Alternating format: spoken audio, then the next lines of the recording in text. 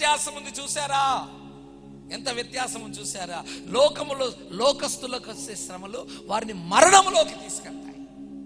దేవుని బిడ్డలకు వచ్చే శ్రమలు మహిమలోనికి తీసుకుపోతాయి. నీకు మహిమ కావాలా? నీకు మహిమ కావాలా? అయితే శ్రమలు వచ్చినప్పుడు కృంగిపోకు. శ్రమలు వచ్చినప్పుడు చాతగాడి వాదుగా ఉండకో. గిద్యోను వలె ధైర్యముగా శ్రమలతో మనం పోరాడుదుముగాక. హల్లెలూయా. ఎన్ని శ్రమలు వచ్చినా కలవరపడకు. రా, చూసుకుందాం రా. తాడో పేడో నీతో తెలిసిపోవాలి.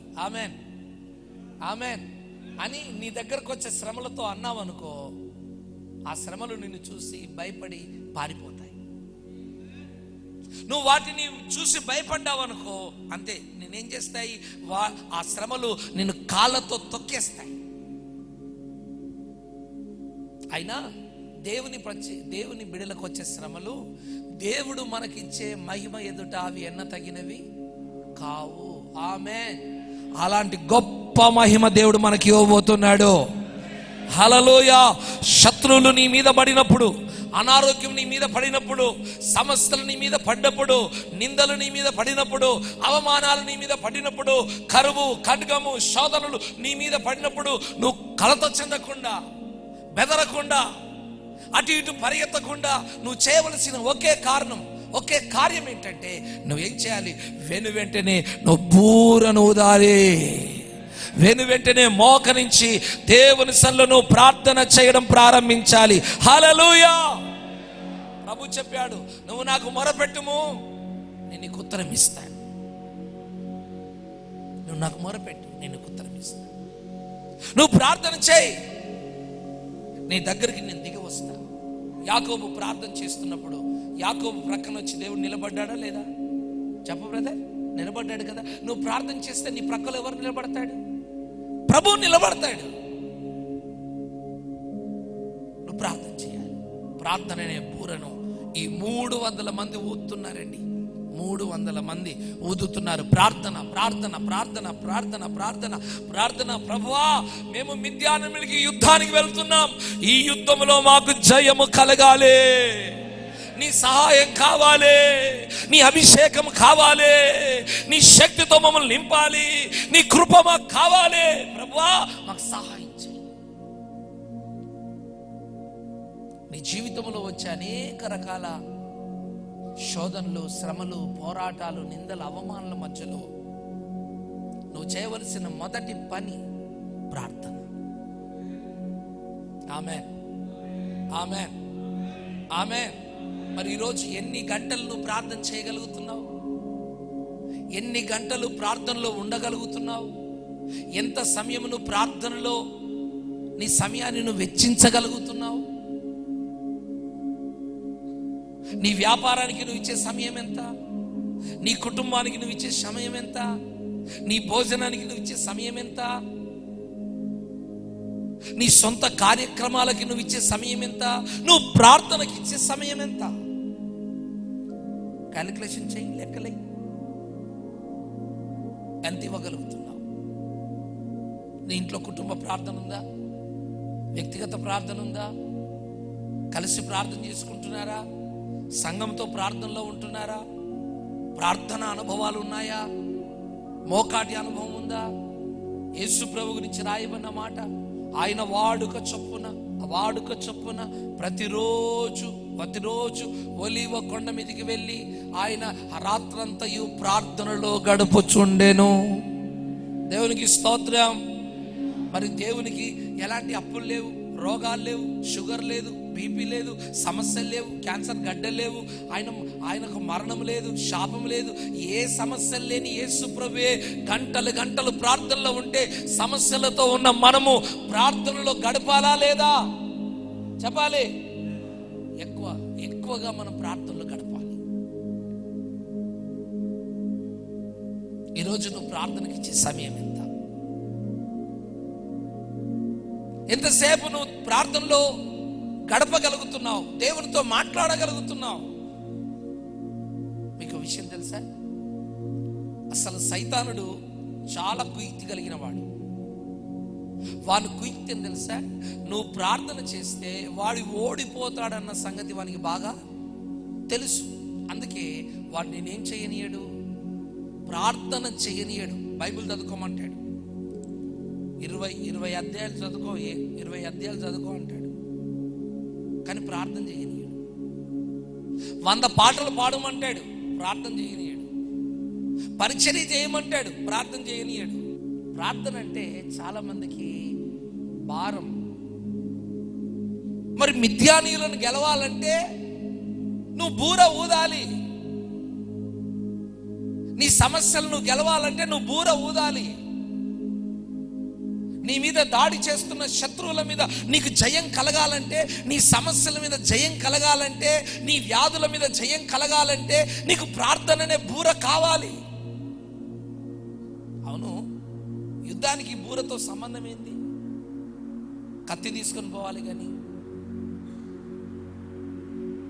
సమస్యలు వచ్చినప్పుడు సమస్యల నుంచి విడుదల పొందుకోవడానికి ఆ అన్న దగ్గరికి వెళ్ళి, ఈ అక్క దగ్గరికి వెళ్ళి, ఆఫీస్కి వెళ్ళి, ఈఫీస్కి వెళ్ళి సమస్యను తీర్చుకోవడానికి మనం వేరే వేరే మార్గాలు వెతుకుతాం కదా.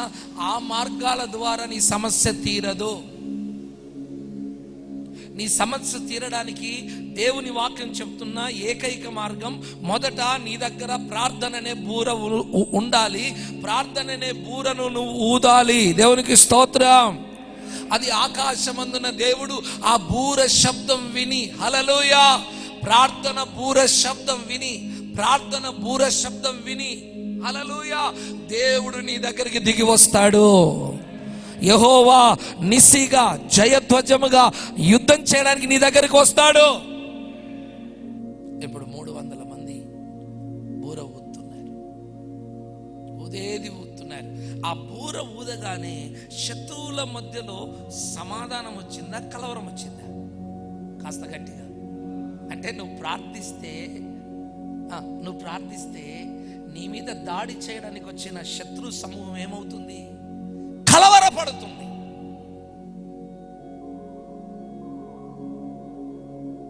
నువ్వు శత్రువును కలవర పెట్టాలంటే నువ్వు ప్రార్థన చేయాలి. ఒక అమ్మొచ్చి సాక్ష్యం చెప్తుంది, అయ్యా వాడిని చూస్తే నేను భయపడేవాడిని, నువ్వు ఎప్పుడైతే ప్రార్థన చేసుకోమని చెప్పావో వాడు ఇప్పుడు నన్ను చూస్తే వాడు భయపడుతున్నాడయ్యా.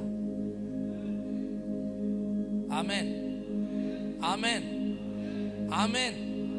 వాడు పక్కింటి వాళ్ళతో, ఈ సిస్టర్ పక్కింటి వాళ్ళతో అంటాడట, ఆ అక్కను చూస్తే నాకు భయం భయం, కలవరం కలవరం, భయం భయం అనిపిస్తుంది ఆ అక్కను చూస్తే. చూసారా మాంత్రికుడు చెప్పిన మాట? నేనంటాను, నువ్వు ప్రార్థన చేస్తే శత్రువు కలవర పడతాడు. ఆ కలవరములో వాడు ఏం చేసుకుంటాడో వానికే తెలియదు. దేవునికి స్తోత్రం. గట్టిగా చెబుదామా? హల్లెలూయా. ఏం జరిగింది తెలుసా? శత్రువు ఆ కలవరం పడుతున్న సమయంలో దేవుడు గమనించండి, ఆ కలవరములో శత్రువులట వారి కత్తిని వారి వైపే తిప్పుకొని వాళ్ళకు వాళ్ళే పొడుచుకున్నారట. వాళ్ళ సైన్యంని వాళ్ళే పొడుచుకున్నారట, వాళ్ళ సైనికుల్ని వాళ్ళే పొడుచుకున్నారట. నువ్వు ప్రార్థన చేస్తే దేవుడు వారి మధ్యలో కలవరాన్ని పుట్టించి శత్రువులు వారికి వారే పొడుచుకొని చచ్చునట్లుగా దేవుడు చేస్తాడు. ఆమేన్, ఆమేన్. అయితే నువ్వు చేయవలసిందేంటి? ప్రార్థన. ఈరోజు శత్రువులు నీకెవరు లేకపోవచ్చు. నీ అప్పు నీకు శత్రువు కాదా? నీ వ్యాధి నీకు శత్రువు కాదా? నీ నష్టం నీకు శత్రువు కాదా? నీ కరువు నీకు శత్రువు కాదా? నిన్ను వెంబడిస్తున్న మరణ భయం నీకు శత్రువు కాదా? నిన్ను వెంబడిస్తున్న కలవరం నీకు శత్రువు కాదా? నీవు నెమ్మదిగా బ్రతకకుండా చేస్తున్న నీ కుటుంబ సమస్యలు నీకు శత్రువులు కాదా?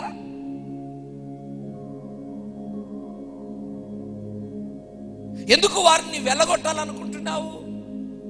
అవి నిన్ను పాడు చేసే శత్రువులు కనుక, అవి నీ దగ్గర ఉండడం నీకు ఇష్టం లేదు కనుక నువ్వు వాటిని వెళ్ళగొట్టాలని నువ్వు అనుకుంటున్నావు. దాన్ని వెళ్ళగొట్టాలంటే నువ్వు చేయవలసిన ఏకైక మొదటి పని ఏంటంటే నువ్వు ప్రార్థననే బూరను ఊదాలి. దేవునికి స్తోత్రం, దేవునికి స్తోత్రం, హల్లెలూయా.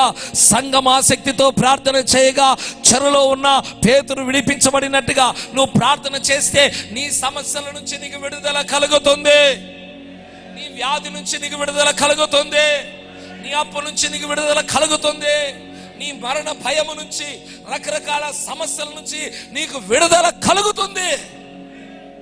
ఏం చేయాలి చెప్పాలి గట్టిగా, ప్రార్థన చేయాలి.